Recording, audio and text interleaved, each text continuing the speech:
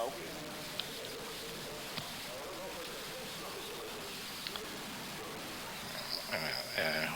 Hello.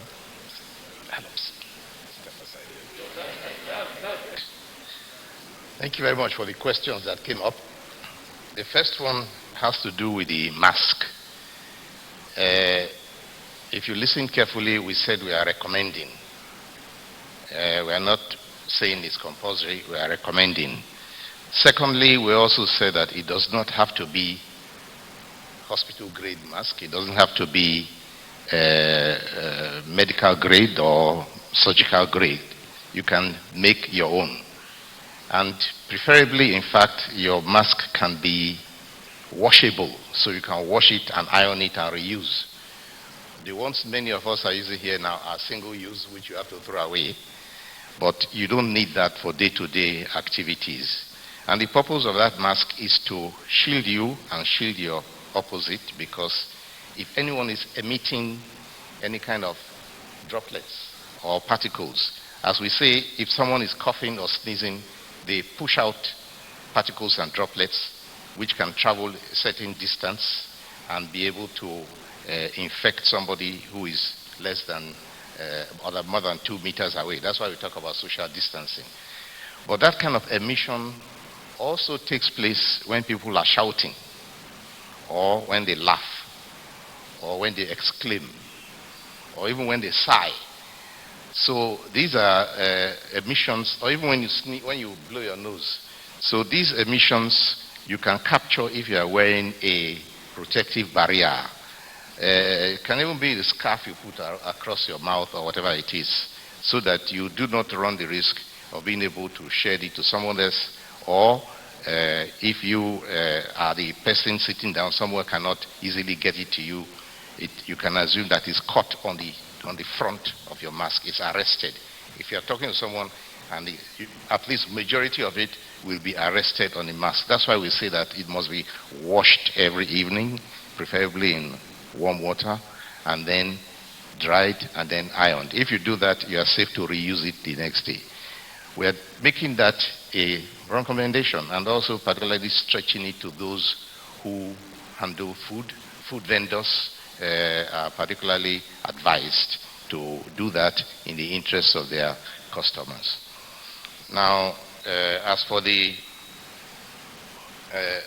case of the health workers who have to travel from far away, usually it will be an arrangement made by the particular institution employing them. If it's, for example, the hospital, National Hospital, or the University of Abuja Hospital, they usually make arrangements. Some of them do. Or the workers have joint arrangement for buses that take them to work. But you all know that there is also a work from home order for levels 1 to 12, so that the number of people who actually have to go out is not really expected to be that high. But if any group has a challenge with that kind of mobility, they can always ask the Ministry of Health, and we try and support them with a solution to that transportation problem.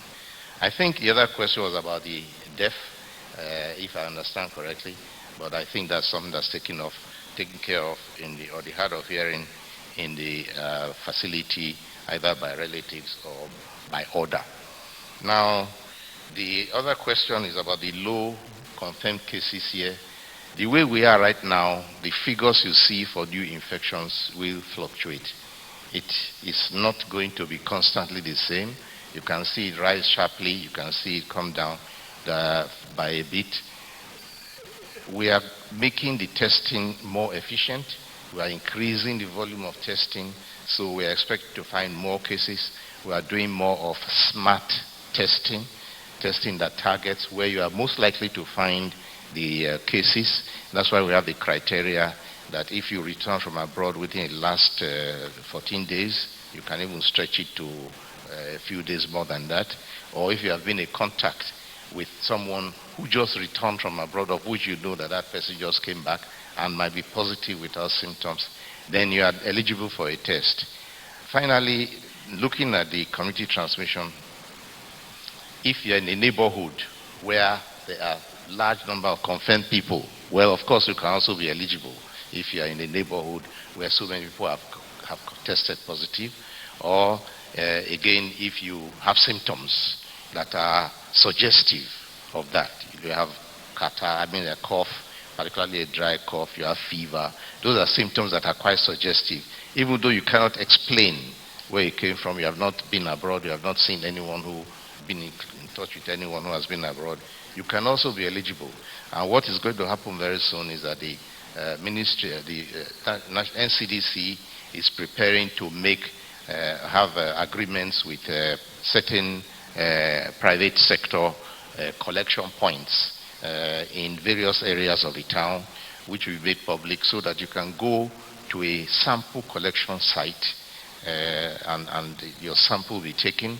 And first of all, you'll be interviewed if you are eligible. And if you are eligible, your sample will be taken and a vehicle will go around, collect all the samples and do a central testing. So that will reduce the work for NCDC and bring in more efficiency and get more people to be tested. So there is no particular meaning to be read into the fact that we had only a few cases, only 5 cases today compared to the previous days. It will fluctuate as the work goes on. But what's important is that if you test positive, you need to go into isolation for the prescribed period. There are people who feel very well, and those are the ones we have trouble with because they say, I'm well, I'm not sick, nothing wrong with me. They have those symptoms, but they're quite capable of transmitting an infection. Now, with the question of home remedies, there are theories and postulations about certain things that boost your immune response. It is said that if you take vitamin C or you take ginger or you take neem or whatever, it boosts your immunity. And we know that response to viral diseases as a whole also is connected to your immune response, because it's eventually your antibodies that you build that will tackle the virus. And people now speculate that if you are taking something that boosts your immunity, it will help to tackle the virus. That is hypothetical. It's a theory that is propounded. If it helps, very fine. But nobody will tell you that that's a cure. So you must bear that in mind. They can tell you it will help you to build antibodies.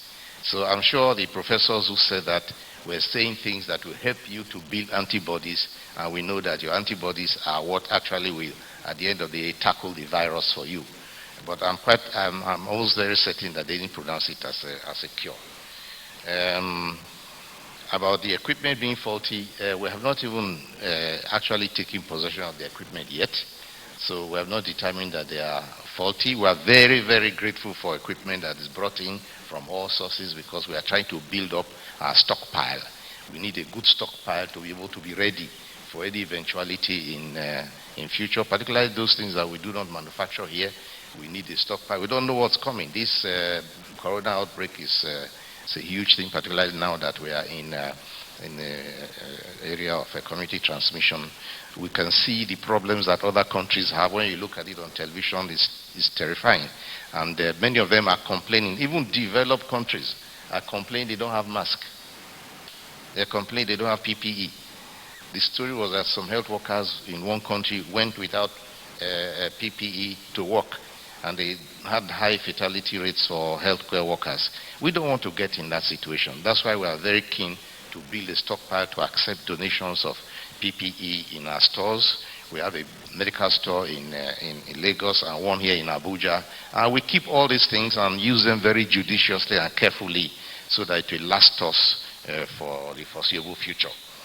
I think with the basic healthcare provision fund, no, it is not. Basic healthcare provision fund is not asleep. It is still undergoing a few minor adjustments to reduce some errors of that were pointed out at some stage. I think that within next week we should be getting the manual back and then start working fully with it. We have been asked that question before, whether it's put in the cooler. It is not in the cooler.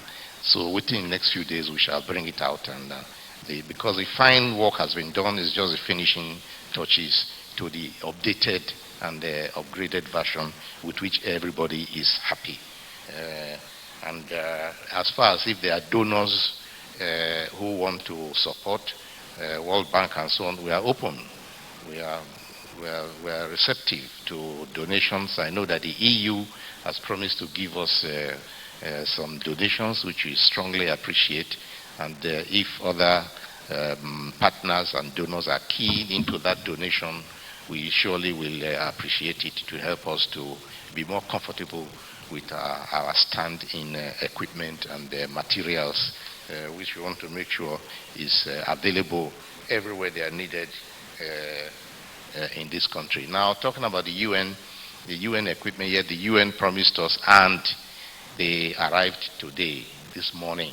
So your question is just on time, because I can confirm that the 3 tranches of the equipment that the UN donated have arrived. They include also commodities which will further enrich our stockpile, and they include also 50 ventilators which we are going to apply for in our isolation, in our ICU centers. Thank you.